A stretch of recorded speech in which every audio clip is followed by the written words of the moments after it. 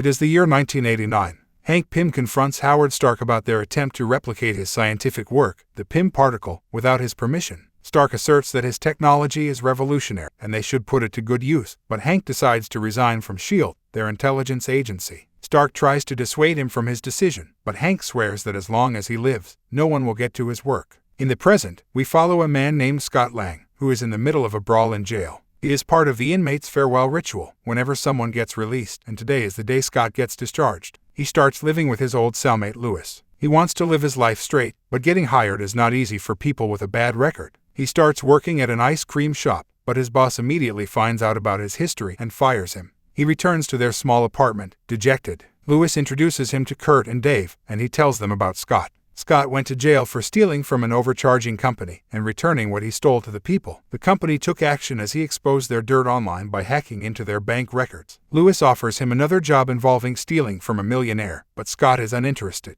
He is serious about getting his life straight. Hank Pym is now an aged man as he enters his company, Pym Technologies. He meets his daughter Hope and Darren Cross, his old apprentice. Darren reveals that after his years of work, he is able to almost perfectly replicate Hank's particle technology that allows people to shrink in size and retain and even increase its power. He has created the Yellow Jacket, a weapon of war that is capable of altering the size of the wearer. Hank is in utter shock and alarm. He discourages Darren from continuing his work because of the dreadful things it could cause in the wrong hands. Darren ignores him and immediately starts making a deal with Carson, Hank's former colleague in S.H.I.E.L.D. When the two of them are left alone in the showroom, Hope tells Hank that Darren has not yet completed his work. He is not able to shrink a live subject just yet. She convinces her father to let her use the suit he created to stop Darren from finishing his plans. Hank thinks that it is too dangerous and says he has found the right person for the job anyway. Scott goes to his daughter Cassie's birthday. She is delighted to see him, unlike his ex-wife, Maggie, and her fiancé, Jim Paxton, who is a cop, who threatens to arrest him for showing up unannounced. Maggie tells him that he should fix his life first, before he can be a part of his daughter's, then kicks him out.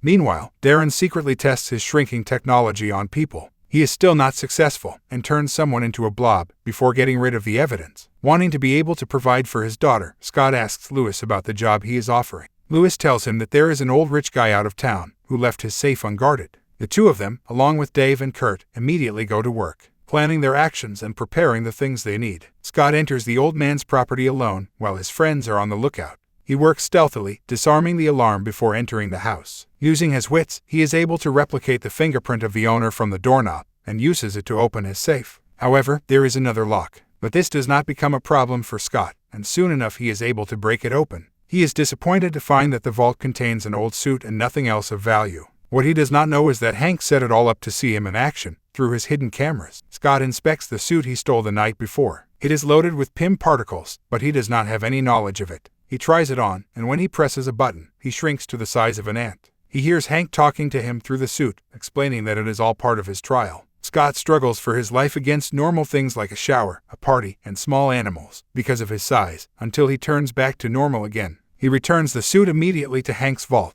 but on his way out he is arrested and put in jail once again. Hank visits him and reveals that the job Lewis told him about is actually from him, to test Scott. Back in his cell, Scott sees a bunch of ants bringing him the suit. He quickly wears it, as Hank instructs him on how to escape. Hank's group of ants helps him escape, and brings him to Hank's place. He wakes up the next day and meets Hope. He joins her and Hank for breakfast. Hank tells him that he is impressed by his past crime of bypassing the security system of Vista Corp. He put him in jail, but it does not take away his incredible skills. He also explains his work, and how he is able to communicate with the ants that help him. Hank shows Scott his laboratory. He explains that he had figured out a way to change the distance between the atoms that make up the suit. This was the technology S.H.I.E.L.D. wanted to obtain, and which Darren is trying to replicate. He tells Scott that he can help him figure out his life if he helps him with a job. Meanwhile, after a horrific amount of trial and error, at last, Darren successfully shirks a sheep test subject. Hank tasks Scott with stealing the Yellow Jacket and destroying Darren's data to prevent the chaos his work could unleash upon the world. Scott doubts that he can pull this off. Hope thinks the same way and believes that she is better suited for this mission. She gets into an argument with her father, but he strongly disagrees with her. Hank finally convinces him to become the Ant-Man. He and Hope start training Scott to control the suit better and enhance his physical abilities. Scott starts communicating with ants, who will help him in his mission. As the days pass by, he is getting better and better. The three of them start planning the heist to obtain the Yellow Jacket. Scott is now able to manipulate the suit and change his size almost perfectly. He and the different types of ants start becoming a team in a whole unit. For the last part of their plan, Hank tells Scott that he needs to retrieve a prototype of a signal decoy. They need it to counteract the transmission blockers installed in Darren's vault. It is located in one of Howard Stark's properties. Scott is proceeding with the mission when they suddenly realize that it is not just some random property that they need to infiltrate.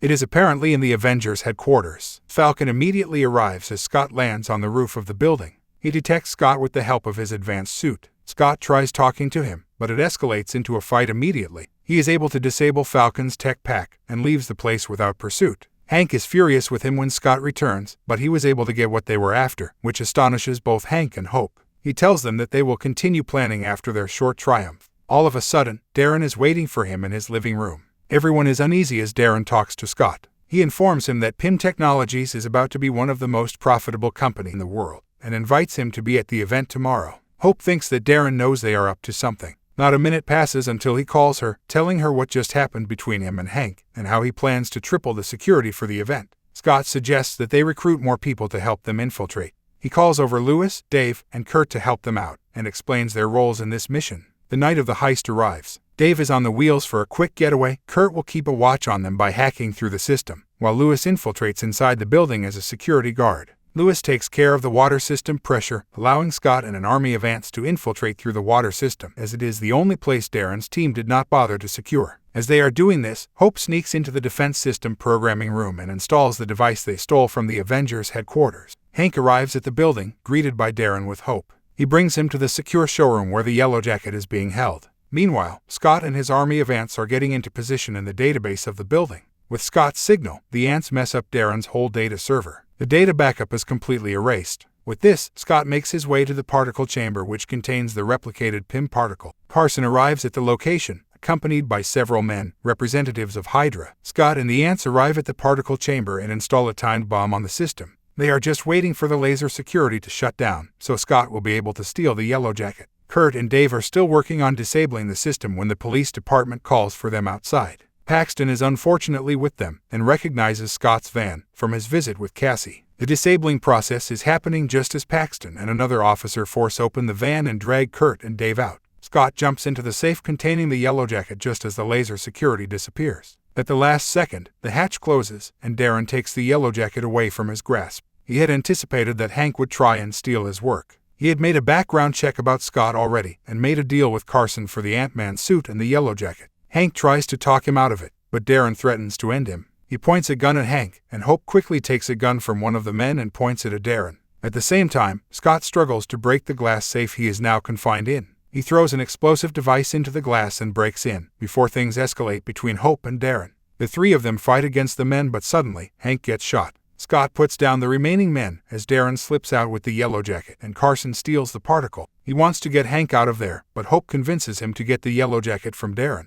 Hank and Hope manage to get out before the explosion goes off, as well as everyone else in the building. Scott catches up to Darren with an army of ants just as his helicopter is about to take off. He enters the helicopter as it soars through the air and Darren tries to shoot at him. Darren taunts him by saying a mere heist cannot stop the future of technology. In just a second the explosives blow up, and he watches as PIM Technologies, along with all his life's work, disintegrates to the ground. Darren puts on the Yellow Jacket and continues fighting with Scott, shooting him with beams, causing the helicopter to crash. They land in a pool in the neighborhood backyard. Scott ends their fight by flinging Darren into an electric insect zapper. Paxton and another officer arrive to arrest him. Scott wakes up in the back of a police car. He tries explaining to Paxton that he has to let him go. Suddenly, comms arrive about an emergency at the address of his ex-wife's house. Darren is still alive and went to attack Cassie in revenge. Paxton immediately heads to the location and goes down to assess the situation. Scott shrinks himself to get out of the car and get into the house. He sees Darren, still in the Yellow Jacket, taking Cassie. He quickly throws a shrinking device at Darren and fights him with the help of the ants. Darren continuously shoots laser beams at him, destroying Cassie's room.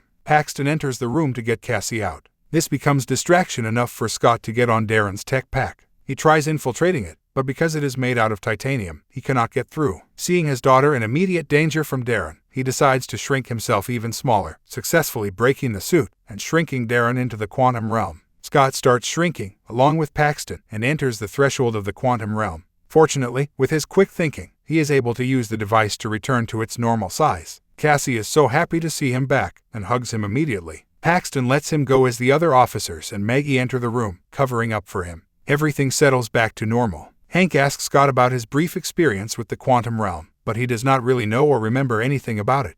Hank is just amazed that he was able to make it back. Hope walks him out of the house, as Hank wonders if bringing back his wife is possible. Hank opens the door to walk out, and catches Scott and Hope making out, and cannot believe something is up with the two of them. Scott gets invited to dinner with Cassie. He and Paxton are now cool with each other. Paxton settles everything, to make sure he is now free of charges, and thanks him for what he did for him and his daughter in his absence. Presently, after his short fight with Scott, Falcon is looking to recruit him. In the post-credit scene, we see Falcon, with Steve Rogers and Bucky in their custody. They are doubting getting the help of Tony Stark because of the current circumstance, so Falcon mentions that he knows someone who could help.